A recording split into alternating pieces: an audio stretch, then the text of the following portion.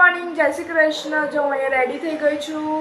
સવારના વાગ્યા છે 8 અને આજે જવાનું છે ટ્યુશન. એટલે ટ્યુશન જઈને આવીએ પછી મળીએ. બોલો ભાઈ નાસ્તો કબાટ લઈને બેસી ગયા. હાઉ આજે રજા છે એટલે જો લગનગાળામાંથી આવી તો ગયા હતા ક્યારના, પણ સાફ કરવાનો ટાઈમ મળ્યો નહોતો એટલે જો એમનો ગવારો લઈને બેસી ગયા છે બેન. ઓછો ગવારો છે ને, ઓછા થઈ ગયા કપડાં નહીં તે નહોતા થતા, એ બધા આપી દીધા. થાય નહીં પછી શું કરવાના બધા, કોકને બીજા એવા ને એવા હોય એટલે પહેરવા આપી દીધા. હવે લાવવાના પાછા? હવે અત્યારે નહીં લાવવાના ને, હવે કોઈનો પ્રસંગ છે નહીં, આ બધા પહેલા તોડી. મમ્મી એવું એક વિડીયોમાં કીધું હતું કે નવા કપડાં નહીં પહેરતી, રોજે રોજ હવે નવા ટ્યુશનમાં પહેરીને જાઉં છું. આજે ટ્યુશન ગઈ નવા કપડાં આ પહેરી જ નાખવાને, પછી તમે મૂકી રાખો, શું કરવાનું? ના તમારે ના પહેરવા મેં કામ આવે ને કઈ નહીં, કબાટ જ ખાલી ભરવાનું ને એવું થાય બેટા. ભાઈ તો પહેરો ને કોણ ના પાડે, પહેરવા માટે જ લાયા હોય કે ખાલી કબાટના શો પીસ માટે જ લાયા ના હોય આપણે તો પછી પહેરી દેવાના હોય. અને જો કાકાના લગનમાં પહેર્યું હતું ને, બહુ બધા તારીફ કરી આની તો. ફોટા એટલા મસ્ત, ફોટા સારા આયા, બહુ મસ્ત હતું પહેરવામાં. સરખી રીતના મૂકવાની છે થેલી બીજી લઈને. કંઈ નહીં કરો ત્યારે સરસ મસ્ત કબાટ ગોઠવી દો, કપડાં સરસ બધાય એક એક. વ્હાઈટ કપડાં એક બાજુ રાખવાના એટલે કોઈનો કલર સહેજી ચોટી ના જાય. એ તો પહેરીએ નહીં, લાઈ છે પણ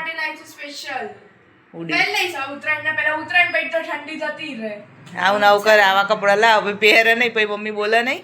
વિચારું આજકાલમાં પહેરી લેવાનું, મસ્ત સોફ્ટ છે, એટલું સોફ્ટ ને પહેરી લેવાની. મસ્ત. સારું ચલો ત્યારે. જો ગાઈસ દુકાને કડિયા કામ ચાલુ છે, અહીંયા ઓટલો બનાવે છે. જાતે જ મહેનત કરીને જાતે જ બનાવવાનો નહીં કુશ? હરખો માલ ભેરવજો.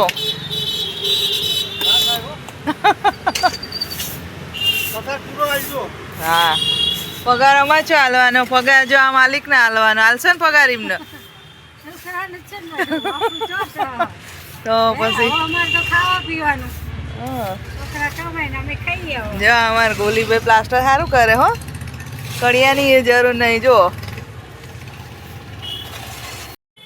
જો ગાઈસ વાગ્યા છે 6:30 સાંજના અને આપણે જમવાની તૈયારી કરી દીધી છે.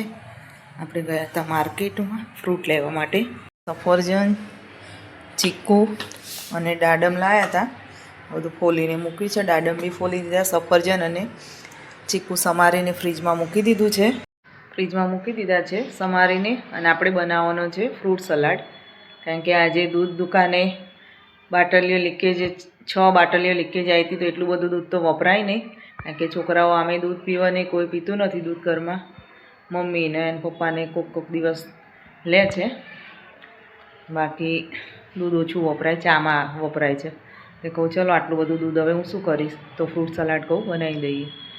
તો હમણાં બને ફ્રૂટ સલાડ એટલે આપણે બતાવીએ. અને સાઈડમાં કુકર પણ મૂકી દીધું છે, એમાં બનાવવા છે સોલે ચણા. ખુશભાઈ કે મમ્મી આજે સોલે ચણા બનાવજો, ફ્રૂટ સલાડ બનાવો છે. તો કહું સારું ચલો ત્યારે. તો ચલો ગાઈસ તમને લોકોને પછી મળું છું. જો ગાઈસ જમવાનો ટાઈમ થઈ ગયો છે અને વાગ્યા છે 7:39. અહીંયા પવિત્રા બેન એકલા જ જમવા બેઠા છે. કેવું બની છે પવિત્ર? એક નંબર ને બનાવે છે આપણું ફ્રૂટ સલાડ, સોલે ચણાની સબ્જી અને રોટલી. તો ચલો ગાઈસ તમારે લોકોને પણ જમવું હોય તો આવી જાઓ. અને હજુ જમવાવાળા કોઈ આવ્યા નથી, કારણ કે પવિત્રાબેન જમીને જાય પછી દુકાનેથી એક જણ આવશે, કે બહાર પ્લાસ્ટર કર્યું છે એટલે એક જણને બહાર ઊભું રહેવું પડે અને એક દુકાનમાં, એટલે 2 જણની જરૂર પડે અત્યારે.